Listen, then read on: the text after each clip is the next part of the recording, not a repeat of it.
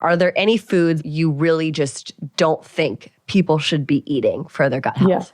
Well, you mentioned gluten. What's up, you guys? It's Katie Austin here, and welcome back to Austin AF. This is actually my first time in studio in probably 6 or 7 weeks, so it feels very good to be back in the Austin AF studio. And I just want to say, Happy New Year. And it might be a little late. You might be listening to this like maybe mid to end of January, but Happy New Year. I read a meme that said you can't say Happy New Year after January 7th, but fuck it. Hi guys, Happy New Year. And hopefully you guys are having a great 2022 so far. And I just want to say, if you guys have not stuck to your, in quotes, New Year's resolutions, it is okay.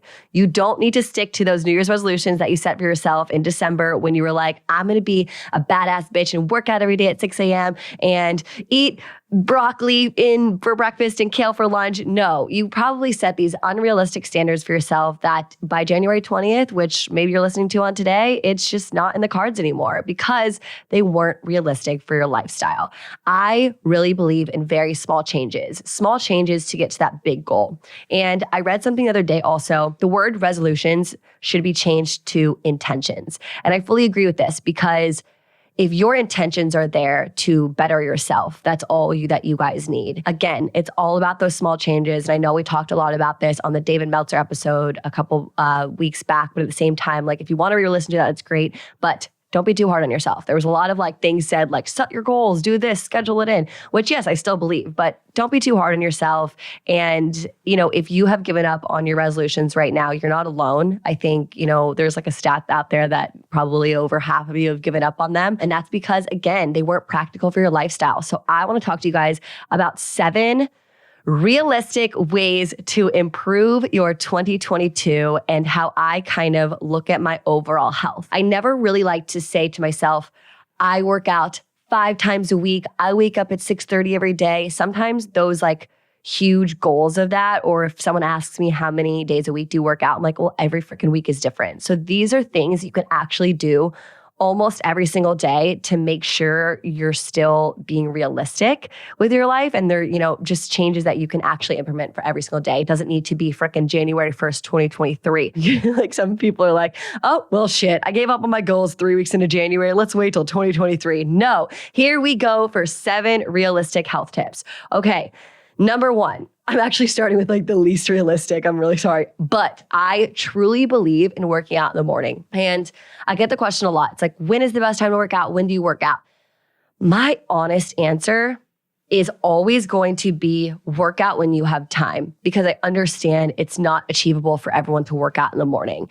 And some people start their jobs at 4:30 in the morning. It's like, come on, you're not going to wake up at 3:30 and get the freaking workout in. But if you guys can, if you start your 9 to 5, either between 7 a.m. or 9 a.m., I think you should work out in the morning.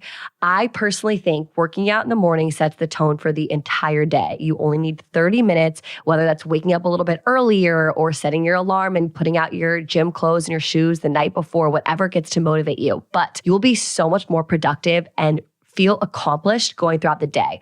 I don't know about you guys, but whenever I wait until like 5 p.m. to work out, I'm like, shit, I didn't work out today. It's over. I'm tired. I get exhausted these days by 4 p.m. dead ass. So I'm like, well, not working out today. Guess it's going to be saved to tomorrow. And I keep putting it off. And the more you put off your workout for the day, the more you're going to overthink it. And the more you're just going to dread it and not want to do it. So my first realistic tip is working out in the morning. Again, it can be a walk. It can be 15 minutes. It can be 30 minutes. Doesn't have to be anything too crazy, but try your best to just be setting your alarm a little bit earlier. Number 2, get a water bottle. I think having a reusable water bottle is the best way to stay hydrated. And you guys need a lot of water throughout your day. I'm looking around my desk right now. I'm like, shit, where's my water? But you guys need to be staying hydrated. It affects everything. Your gut health, which we'll talk a lot about more in this episode with Tina Anderson, who's the founder of Just Thrive. You guys will love this episode with her. And that's why I'm doing this like intro about health and stuff, because she is going to talk a lot about gut health with us, which relates to everything. So get a reusable water bottle, preferably one, in my opinion, that has one of those sucky straws. I just find it fun to suck out of a water bottle. Anyways, number 3, what I like to do is have 2 vegetables every single meal, or try my best to have 2 veggies every single meal. With that rule of thumb, it makes it easier. It's like, okay, I'm going to have cauliflower and spinach. And then, for lunch, you can have, your mixed greens and then maybe a sweet potato with your salad or something like that. So try a rule of thumb for 2 vegetables every single meal. Of course, there are those times where you're going to get Chick-fil-A for dinner and you're not going to have a freaking vegetable. Well, I guess kind of like French fries are technically a vegetable, but you know what I mean. Number 4, make a to-do list every single morning. We actually touched on this in the David Meltzer episode, but I want to retouch on it. I think making a schedule in a journal and writing it down, not on your phone, but writing it down with your hand, pen and paper, super 1990 of you, write it down because I think it sets the tone for the entire day. You can look back at your schedule and be like, okay, I want to stay on track with these, I have 15 minutes to spare. Maybe those 15 minutes you write down like self-care time and you're going to meditate. Write out every single 30 minutes to an hour, seriously. So like this morning I was like, 7:30 to 8 was my workout. And then in between like 8:15, I had like an extra 15 minutes, because I don't take that long to get ready in the morning. And so in between those, I was like, okay, I'm going to go get Starbucks. Like literally that's how much I schedule my day. And it's helped my mentality so much. Like taking that extra 10 minutes in the morning to schedule and write out your entire day, like every single 30 minutes, what you're going to be doing, it keeps you on track and it keeps you focused. That way you're productive and efficient the entire day. Number 5, this one I absolutely love. If you know me, you know that I don't stop moving. Ever, seriously. Well, first off, I don't have a 9 to 5, but seriously, I don't stop moving. I try to walk everywhere. I try to like always move my body no matter when I can, even when I'm cooking. I recently posted on my Instagram story and I was like, here are some moves you guys can do at your work desk. And I'm a huge believer in every little thing adding up. And I think that's why, first off, I can not work out some weeks and still feel like I'm doing something and I'm staying active and staying fit because I'm taking those 5 minutes to walk up the stairs instead of take the elevator, or I'm walking to get coffee instead of driving, or I'm doing some arm sculpting workouts on my desk. If you guys are literally on a conference call and you're paused or something, and so you're like not out of breath while you're talking, if you're paused or something, keep some weights or some ankle weights by your desk and just start doing some arm toning moves, okay? I promise you every little thing adds up and it's a really easy, realistic way to implement some movement into your life, even if you don't have time for a workout. Number 6, I want to say like everyone, I'm like my favorite one, the biggest one. I personally think this is one of the biggest ones for me. Less sugar. I don't know about you guys, but sugar F's up my stomach so much. And I feel like sugar is the one thing that is extremely addictive. I'm obviously very addicted to like pasta and bread and stuff. And at the same time, like sugar is just a different beast. And I truly believe sugar is probably one of the worst things that you could put into your body. I love sugar in my coffee, but like I try to do a lot of like natural sugar. A lot of the times, like honey or anything like dates or anything. So if you guys can limit your sugar intake, I promise you guys, you will be feeling so much more energetic. Your stomach will be a lot calmer, and just try your best to eat less sugar. And number 7, which I personally think is realistic to my lifestyle because I love to do it so much, is sleep. I'm a type of girl, if I don't get my 8 hours of sleep, I am a nightmare. So, you know what I've actually heard is going to bed at the exact same time every night, or trying to. Obviously on weekends, that doesn't matter, but every single night during the week, try to go to bed at the same time and wake up at the same time. Your body's on a set schedule and a set routine. So if you go to bed at like 10 every night, try to wake up at like, 6:30 every single morning. Try to stay on that routine so your body gets really used to it and has a better sleeping habit. Hopefully those 7 realistic tips help you and you want to implement them in some sort of way rather than like going super hard on yourself or setting some unrealistic goals as well, because I know this time can be really hard. January and February months can be really hard. So that's why it is especially important to make sure you're taking care of your mental health and your gut health as well. And that is why I have the founder, Tina Anderson from Just Thrive, coming on to Austin AF today. And I'm so excited because Just Thrive actually is now an Austin AF partner. And I think it's so important to talk about gut health because people don't realize that your gut health is related to everything, including your immune system as well. And especially these days with everything going on, you need to make sure that you have a very strong immune system. So Tina's going to talk a little bit about it. But if you guys want to check out the best probiotic on the market because they have a different sort of strain, which I'm actually going to read to you in a second just because I want you guys to know this before Tina comes on as well. But you guys can check out justthrivehealth.com, and we actually have a discount code for 15% off, just Austin AF if you guys type it in. And the reason why Just Thrive is actually superior to other probiotics on the market, because I know there's a lot of probiotics that you guys can look for, but here is why especially is important. The proprietary strains are designed by nature to put an armor-like shell when conditions get rough. They withstand extreme temperatures and can even be sprinkled into any food or drink. Because sometimes, you know what I mean? Tina will explain this later, but the probiotic actually loses a lot of the effect when you have it in your stomach. And that's why the Just Thrive ones are so much different. They developed a different kind of formula. And again, Tina will explain this better later when she comes on. But it's extensively studied probiotic that's perfect and safe for the whole entire family, which is really important as well. And you guys might think that a probiotic is mainly just for constipation, gas, bloating, which yes, it definitely does help with, but it helps with so much more. It can help with beautiful skin. It can help with better sleep and easier weight management as well. So make sure to check out justthrivehealth.com. And again, the code is AustinAF for 15% off. And I'm so freaking honored to have the founder herself come on and explain better in depth as well. She's extremely educational about this topic too. So you guys are wanted to stay tuned for Tina Anderson right now. All right, you guys, I am here with the founder of Just Thrive, Tina Anderson. First off, thank you so much for being on Austin AF today, and we're so excited to have you here. Oh, well, thank you, Katie. I'm so excited to be here. Okay, so I first off just wanted to touch base with you on how you feel about New Year's resolutions. I know you're very involved with your health, and we're going to talk about a lot about gut health later on in this as well. But what is your take on New Year's resolutions? Because right now, I feel like half the people who made a New Year's resolution are like completely given up on it. Do you believe in New Year's resolutions, or do you think they're a load of BS?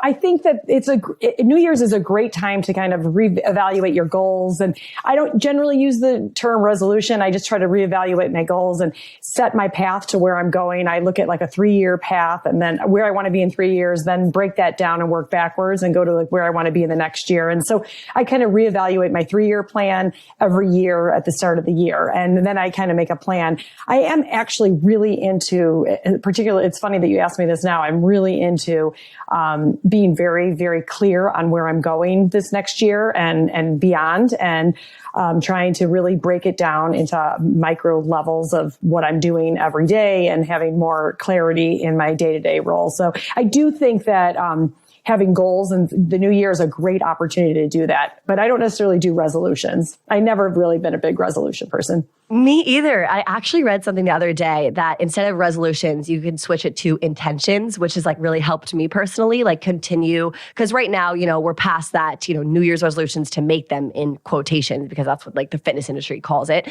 Right. So setting those intentions. And I love that you said that you kind of found your foundation, because I feel like that's really something that no one really talks about as much as they should, especially with someone starting a company. It's like, it takes a long time to figure out that foundation. You know what I mean? Mm-hmm. Absolutely. That is the biggest key, is just understanding the foundation, where you want to go, who you want to be in 3 years or 4 years or whatever that date is, and where you're going, and then reevaluate them on a yearly basis. And so from there, I really want to just talk to you about how you started your company. Like, let's go back a little bit. You were first in like a very corporate job, right? Yeah. Well, actually, even further back, I went to law school. I'm an attorney, and I was doing litigation for many years. It was a lot of work, a lot of crazy hours, and not super fulfilling at all. And then I started having children, and I was like, this is crazy. I want to be home with my kids more than I am right now. And so I was able to go take my law degree and go into a family pharmaceutical business where it was great, because I had a lot better work-life balance. I was able to be around with my kids a lot more, but I was also able to, use my law degree and be in business. I've always loved business anyway. So it was really more logical than litigation was anyway for me. And so I was in the pharmaceutical world along with my husband. And we thought it was great. We're thinking, oh my gosh, we're delivering life-saving medications to people. We're changing people's lives on a daily basis. This is great. But after being in the pharmaceutical industry for a while, we started to really notice a lot of the abuses in the industry. We started seeing the overprescribing of medications. We started seeing that with our own family members. We'd see one family member that was on one pharmaceutical that led to, she had joint pain. Then the pharmaceutical caused stomach issues. Then she was on something for her stomach. And then she started having other issues. Yeah. So it was like you'd see these, all of these issues that would come up. And then we had one particular instance where the pharmaceutical rep was in our office. We had won this huge bid for one of the largest hospital systems in the country. And the pharmaceutical rep came into our business. We were a wholesaler and said, you know what my job now is? My job is to go to every doctor and have them lower the number that they prescribe this. This was a cholesterol medicine, for example. So literally the pharmaceutical rep was telling the doctors to actually prescribe a drug when maybe it wasn't needed. And, we saw it in the industry working in it, but then we saw it, with family members ourselves. So we're really deep thinkers. We read a lot of Norman Vincent Peale, Wayne Dyer, and we weren't doing our life's work. And so we decided to go into something that was more in line with who we were as individuals and as parents. And we were very naturally minded anyway. And that's kind of how it all started. From there, we were able to license these incredible strains from London University, and that's where Just Thrive was born. Wow. I feel like it's really hard. It's really hard to be in a very uncontrollable situation and really frustrating because it's something, when you work for something that's so much greater than you almost, you know what I mean? You can't really control it or like really help it as much when you're working for that company still. I feel like, your situation with the big pharmaceutical companies does actually relate to other people in corporate America where they can't necessarily control what they want to do because they're so controlled by companies, or they, can't really change a big picture. How did you exactly know when you wanted to create your own business because you're too frustrated with what you were seeing? Really what it was the books that I was reading. Wayne Dyer would talk about a lot of doing your life's work and I was not doing my life's work. I knew I love helping people. I love helping people live their best lives, whether it's from a mental perspective. I'm always that person that everyone comes to when there's an issue that they're going through. And I feel like I'm pretty good. I've evolved myself a lot through the years by reading a lot of these books and being taught by so many of these incredible minds. And then I loved the natural space. I always, like with my kids, I wouldn't give them, ibuprofen or Advil the minute they got a fever. A fever is your body's natural way my mom. I love it. Well, that's a compliment. My mom literally would never give me Advil or anything growing up. She'd be like, oh, you have a headache? Drink some water. And nowadays It's like any other parent you see, it's like, oh, here's 3 Advil. And I'm like, wow, you just can take Advil like that? Like my mom is just like you. Seriously. Oh my God. That's a huge compliment. So thank you. And I would laugh because I think my kids were like, oh my God, my mom's kind of weird. And then now that they're adults, they're like, oh wow, they do the exact same thing. And it's so awesome. But yeah, I was always into the natural space anyway. And now not as much as I am now. Now I'm really into it. Now I'm so immersed in it. But it's really what it was just a lot of the books really made me realize I wanted to do my life's work. Did you fully quit your pharmaceutical job to start Just Thrive, or did you start Just Thrive while you were still at that job? Yeah, it's a family pharmaceutical business. So I left my role in the company, I left my role in the company, and just to focus on Just Thrive. And my husband and I both started the business together, and it's been, oh my God, it's been so amazing. It's amazing. I always want to tell people this, like, do your life's work, because it is the most gratifying thing that you ever could do. I mean, to know that we're changing lives and impacting lives, especially during the last 2 years, it's so profound. It's so gratifying to have a role where you feel like you're helping others. And, same with me in like the fitness industry or something. And so finding that purpose in life is so, so important. And so now I kind of want to touch on Just Thrive and how exactly you're helping others. And if you guys don't know, Just Thrive has the best probiotics, prebiotics, gut health supplements, everything like that. And especially I know a lot of our listeners are also like gluten-free and stuff. Don't you guys have like a supplement that helps just in case, like if you didn't know something had gluten in it? You guys can take that as well, and it'll help ease your stomach. So like these are supplements and, helpful probiotics that will actually really help you in everyday life. And I want you to touch on this more, Tina, obviously, because you're the professional here. But how exactly like gut health literally relates to every single thing you do, not just your gut? Yeah, I think thank you for your kind words, by the way, about our products. I agree. We're very science-based. We're very research-based. It's super important to us. It was really important to us when we came into this industry that we elevated the standards. I knew supplements were really important for people, but sometimes people are like, oh, there's snake oil. Oh, they don't do this. So we decided to take a very scientific approach. And so our products are backed by double-blind human clinical trials, which is unheard of in the supplement space. You don't hear about that very often at all. So, and you're right, we are primarily a gut health supplement company. We are so uber focused on gut health. And I think it's just really important to kind of explain just the importance of gut health. Like you mentioned, there's really no disease that you could think of that's not associated with an imbalance of your gut bacteria. So in our gut, we have good bacteria and we have bad bacteria. So good beneficial bacteria, pathogenic bacteria. And we really need a balance of that. We don't want the pathogenic bacteria to overgrow and take over the good bacteria, because that leads to all kinds of dysbiosis or imbalance in the gut. And we know it's hard to find, like I said, any condition that's not associated with gut health. Most people will associate gut health issues with like, digestive issues, of course, like gas, bloating, diarrhea, constipation. All of those things are, in fact, a sign of an imbalance in your gut. But people don't associate skin health with, if you have skin rashes, if you have acne, if you have other types of issues with your skin, those are all directly related to an imbalance in your gut bacteria. Anxiety and depression, that's a huge one. Mental disorders, mood disorders, those are all associated with a gut-brain connection. Your gut bacteria is dictating the health of your gut. Of the health of your brain and your mood. Alzheimer's, dementia, cancer, diabetes. All of these conditions are all associated with how healthy or unhealthy your gut bacteria is and how the balance of good bacteria and bad bacteria in your gut. So I always like to start with that, because I don't think, people are like, well, I take a multivitamin, or, I take this, I take vitamin B12, or I take this. And those are all great things. But foundationally, where you start is with your gut. And I cannot state that enough, because it is dictating every aspect of our overall health. So if you have gas, bloating, diarrhea, constipation, you for sure have a gut dysbiosis, which could now be causing all kinds of other issues. Autoimmune issues are caused by gut imbalance. We've got, like I said, it's hard to find any conditions not associated with it. Here's what's so hard about this is that we live in this world that is so offensive to our gut bacteria. We live in this very antimicrobial world, an antibacterial world. Just from antibacterial hand sanitizers is a perfect example.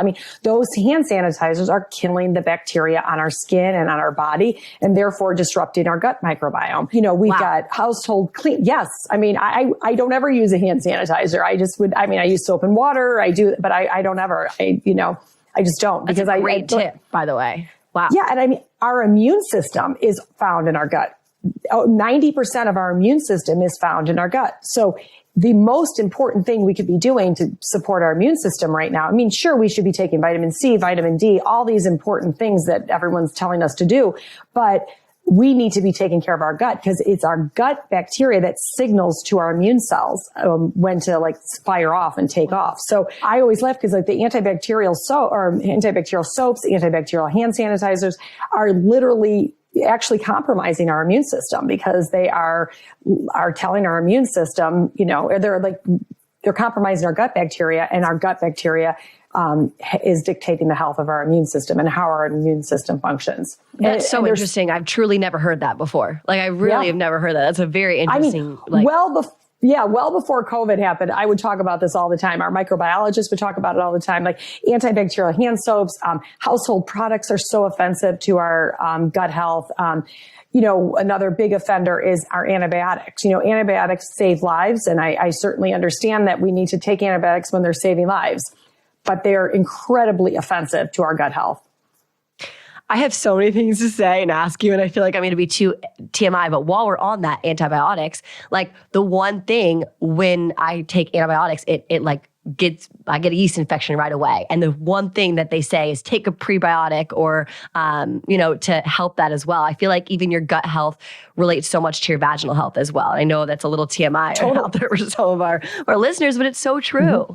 Oh, it's absolutely, you hit it. You're spot on, because the vaginal microbiome is dictated by the health of your gut microbiome. So that microbiome just meaning the totality of the organisms that are living on and in us. So you are absolutely right. And when you're taking an antibiotic, it causes you to have a yeast overgrowth, and then the yeast overgrowth will cause you to eat more sugar, which nobody wants to do that. And then it also causes some vaginal dysbiosis going on also. And that's exactly what happens. And so antibiotics are incredibly offensive to our gut health, incredibly. And it's not just antibiotics that we take, antibiotics that are in our food supply. That's why eating clean is such an important tip when you're trying to support your gut health. And glyphosate, which is the active ingredient in Roundup, so that's sprayed all over our produce, very offensive to our gut health. So I always tell people, yes, if you have to be on an antibiotic, and sometimes people do have to be on an antibiotic, and I certainly understand that, but always think about it a little bit. Make sure that you really do need to be on it.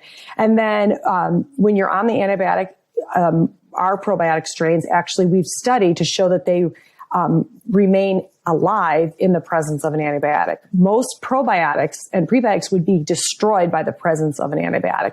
We actually have a study that shows that our strains remain completely stable in the presence of an antibiotic. You guys, that's a huge deal. If you guys don't know, but that's a really, really big deal, because I have never taken a probiotic that actually can stay okay while taking an antibiotic. I'm like, that's a huge deal for Just Thrive, seriously. So obviously, to take care of your gut health, you have to eat healthy. You have to, take care of yourself. But what in specific should we also be taking as a supplement to help our gut health? So I would recommend taking a spore-based probiotic. Spore-based probiotics are a completely different category of probiotics on the market. We were disruptors in the market when we came to market. Nobody had a spore-based probiotic. The majority of probiotics on the market are not spore-based. So 99% of them are not spore-based. They were based on what we used to know before the National Institutes of Health launched the Human Microbiome Project that told us more about the gut than we ever knew before. These spore-based probiotics are based on our new understanding of the gut and how the gut functions. So spore-based probiotics, the biggest differentiator between them and the majority of probiotics on the market, the conventional probiotics, is their ability to survive the gastric system.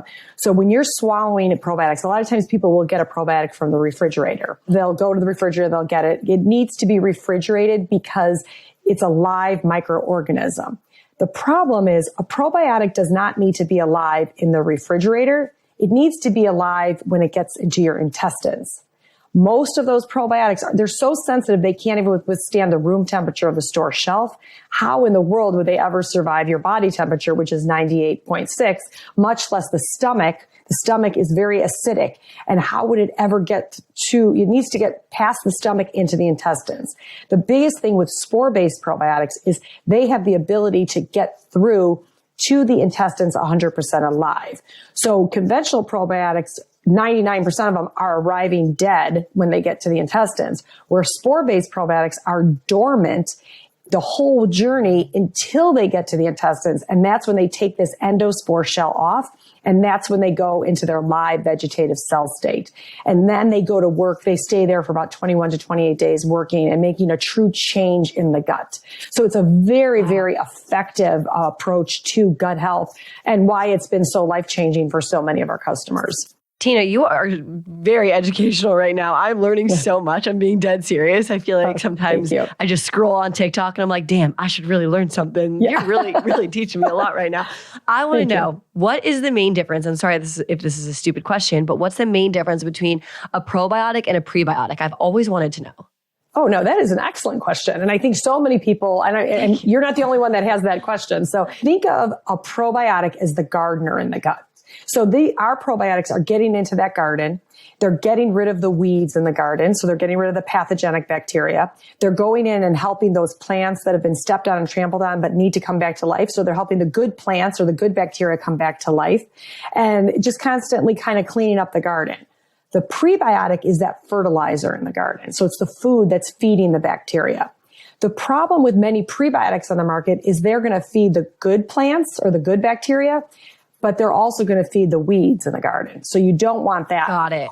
We didn't actually launch a prebiotic for a long time, but we had launched our probiotic. You would think we would have launched a prebiotic, but we could not find prebiotic fibers that actually only targeted the beneficial bacteria. So our prebiotic is called a precision prebiotic because it only is targeting the beneficial bacteria in the gut.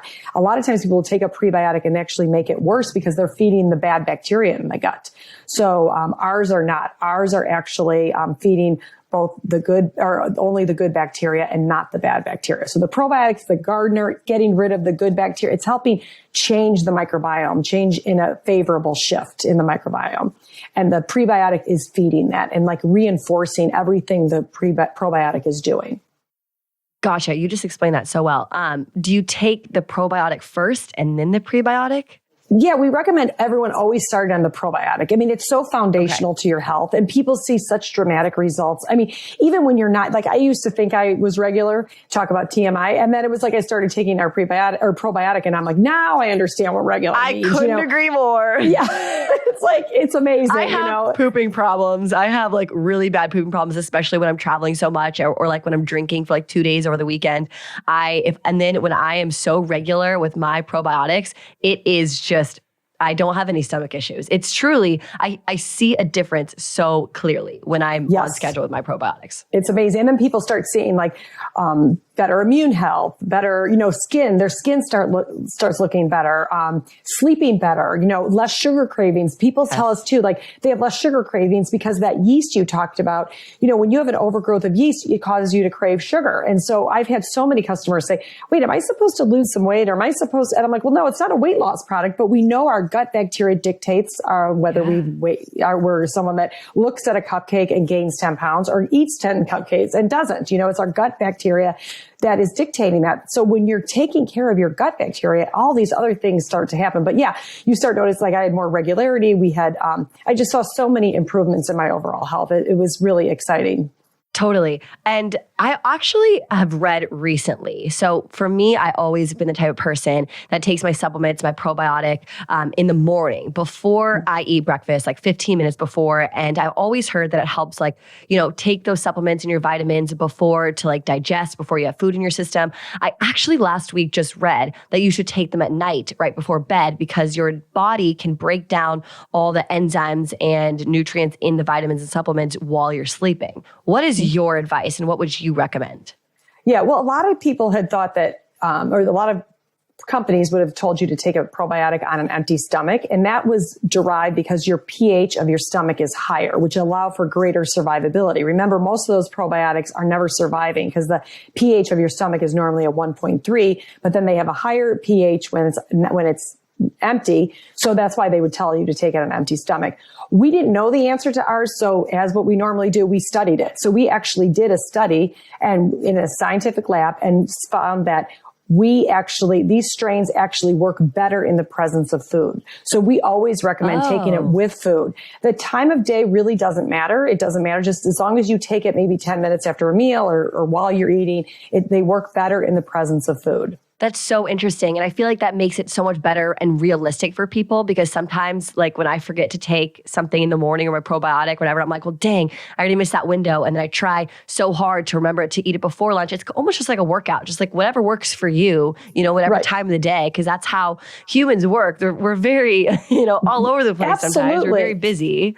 Yeah, so that's why I tell people, take it. Yeah, I'm sorry. Take it when you're going to most remember it, at whatever meal that you eat at. So besides probiotics and sometimes prebiotics too, what else would you recommend for gut health? Do you recommend like the, experiment when you take out some food and you see what you're allergic to? Or what would you really recommend for someone who has is struggling with their gut issues right now, or they think they are? Yeah, I actually have a kind of an opposite of feeling on that. I feel like we need to have a diverse microbiome. I mean, I know every expert out there would tell you that you need to have a diverse microbiome. Well, one of the best ways to have a diverse microbiome is by taking spore-based probiotic. Another way is to have eat a diverse group of foods. Unfortunately, we're living in this world where where there's so many, restrictive diets out there, paleo, vegan, whatever it might be, keto. And it's like everyone's restricting food, where I'm of the opinion that we should be eating a lot of diversity of foods. And, our ancestors. Yes. I'm going to take that and run with it. No, I'm kidding. Yeah, but it's so true. And we're so it's all about lack. I'm all about abundance. We need to be thinking of abundance, and even going to different ethnic grocery stores, eating different types of roots and tubers, just to try to, expand the diversity in your microbiome. I couldn't agree more. Are there any foods, but on that note, of course not sticking to one diet, but any foods that, you really just don't think people should be eating for their gut health? Yeah. Well, you mentioned gluten. And so we didn't even get into leaky gut, and we could talk about that at maybe another time. But leaky gut is so offensive to our gut health. It's basically the holes. It's exactly what it sounds like. Your gut is leaking toxins from your gut that are not problematic into your bloodstream. And so it's really bad. And one of the worst things for that is gluten. And gluten is, people associate gluten like, oh, I have some gluten intolerance, or someone who has celiac. But really, everyone has an intolerance to gluten. There's a study that showed that gluten actually causes thinning of the lining of our gut, which is really problematic. If we start getting holes in our intestine, in that wall, the intestinal wall, these toxins start seeping into our bloodstream. So gluten is really, really offensive to our gut health. So I'm not saying that I don't ever eat gluten. I do. I don't have problems with gluten. So it's not as easy for me to stop it, but I really am careful about it. And you mentioned our product, our Gluten Away product, and you hit it right on the head. Basically, we don't say like, take this product and go eat whatever you want. We say people who have people who have gluten intolerances, or they have celiac, try to avoid it as much as possible. But sometimes there is an accidental exposure if they eat out. A lot of foods that are labeled gluten-free actually have trace amounts of gluten in it, which could be very problematic for people with celiac or people with gluten intolerances. So it's meant to break down. It literally has an ingredient in there that breaks down the gluten to like non-toxic levels. So follow up and say to that, incredible. I find it so funny that sometimes, when I eat a lot of gluten, I do feel like my stomach hurts a little bit more. I do love pasta and bread so much. But have you ever been to like Europe or Italy where you eat so much like gluten, like pasta and bread, but you don't feel as bad because I feel like it's just so much more natural over there? Yeah, well, it speaks to the glyphosates. The glyphosate, which I was talking about earlier, which is the active ingredient in Roundup, is sprayed all over our food supply here, and it's not in Europe. It's banned in other countries, and that's definitely one of the reasons why we have such an intolerance to gluten in this country, is because it's really, not only is it, just all of that glyphosate is so disruptive on our gut lining. Absolutely. All right. Well, where can everyone listening find the best probiotic in America? Well, thank you, Katie. I appreciate you saying that. Just go to justthrivehealth.com. And I think Beth created a coupon code AustinAF for your listeners. So for 15% off. So go to justthrivehealth.com. We have an amazing customer service team. And if you have any questions, let them know. We're all about empowering people to take control of their health. We need to empower ourselves. I think we've learned that now more than ever. And our immune system starts in our gut. Every health condition out there starts in our guts. Our happy hormones are produced in our gut. So this is foundational. You just, go to justthrivehealth.com and use the coupon code AustinAF and you get 15% off. Hell yeah. Thank you so much, Tina. I really appreciate it. And congrats on all your success, by the way. It's so inspiring. Thank you. You too, you're Katie. really helping other people, people don't really realize how much better they can feel when you take a probiotic very regularly. And like when your gut health is very healthy, you don't realize how much more energy and, like you said, how it affects everything. So I really appreciate you coming on and truly educating me. And I'm sure every other listener out there listening to this too. Thank you. I appreciate the opportunity. Awesome. Well, thank you. Bye, guys.